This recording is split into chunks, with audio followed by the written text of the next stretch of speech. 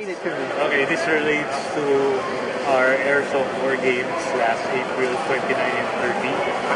Grande Island in Subic. So, our base kasi was located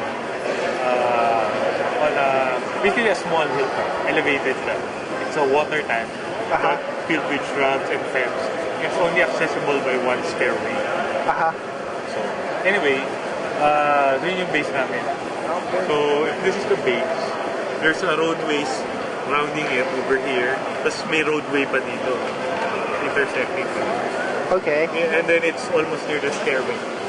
So, one time, kami ni Dennis, we decided, kasi a harassment force from the opposing team positioned themselves here. It was dark, and they could cover the road. Okay. So, we tried dislodging them, pero we were taking casualties outside. We have to try to abstract them. So, Dennis and I, bumaba kami.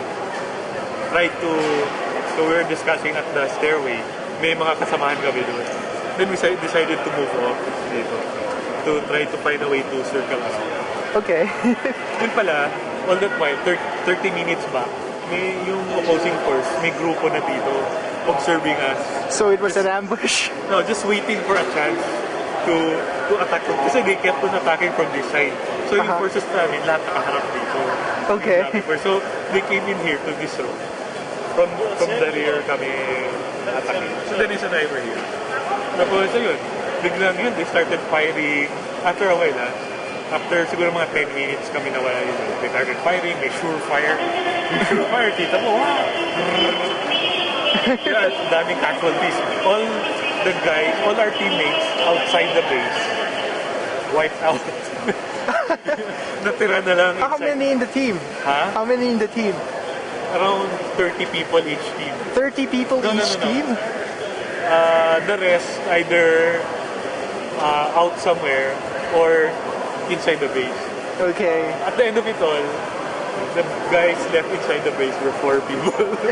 Including yung all the teammates, the whole team. There were only 4 men there against it. Pero these guys couldn't rush kasi medyo built up area. So, pero at the time, when the firing started, we crossed the road. This is nighttime, nighttime. That's why you can imagine the effect of shadows and everything. Night operations are really different. Cross the road. We're waiting there. Every time the enemy team would fire, we'd move to, because this is dry brush, so every move you make may sound, there's a sound.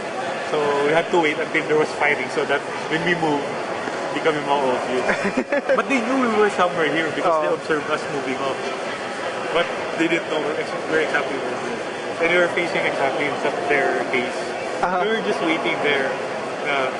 Once the enemy started assaulting the base, we'd fire from behind, ambush them. Eventually, they ran out of pellets and everything. So they decided, okay, we're done. They just started walking back to base. Kasi when you walk back to the main headquarters, you're considered killed. And you have to wait 15 minutes before you can regenerate. Okay. So these guys started walking. So since for all intents and purposes, killed na sila, we didn't bother fighting. And we were just waiting maybe the next group would rush in. So, Dennis and I were waiting and waiting. Nananawit na ako dito. Oh my God! I was sleeping. Then trying to stay awake. And sometimes when they would do that down, they would flash their lights. Oh my God! No, I don't exist. You do not see me. Now I can appreciate all those, those stories about ambush operations. I thought we were going to wait for them until dawn. And it's only afterwards when we extricated ourselves, ran here, then made our way slowly back to base. So when I looked at the time, turns out we were in that position for 2.5 hours. Oh, jeez. And kasi I was in a bad position. Yung naka-elevated tapos nandito. And my upper body portion was here, my legs were here. So, ito yung nakasupport, yung elbows ko na ganyan. So, So you can imagine trying to, stay quiet when you're in an uncomfortable position. So that's one of the highlights of the game. Hiding. Yeah, and I didn't really get to fire much.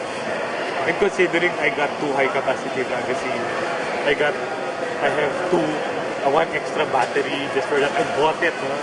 I mean, in the expectation na I'll do a lot of firing. Tapos ako pa yung one of the least who did the firing.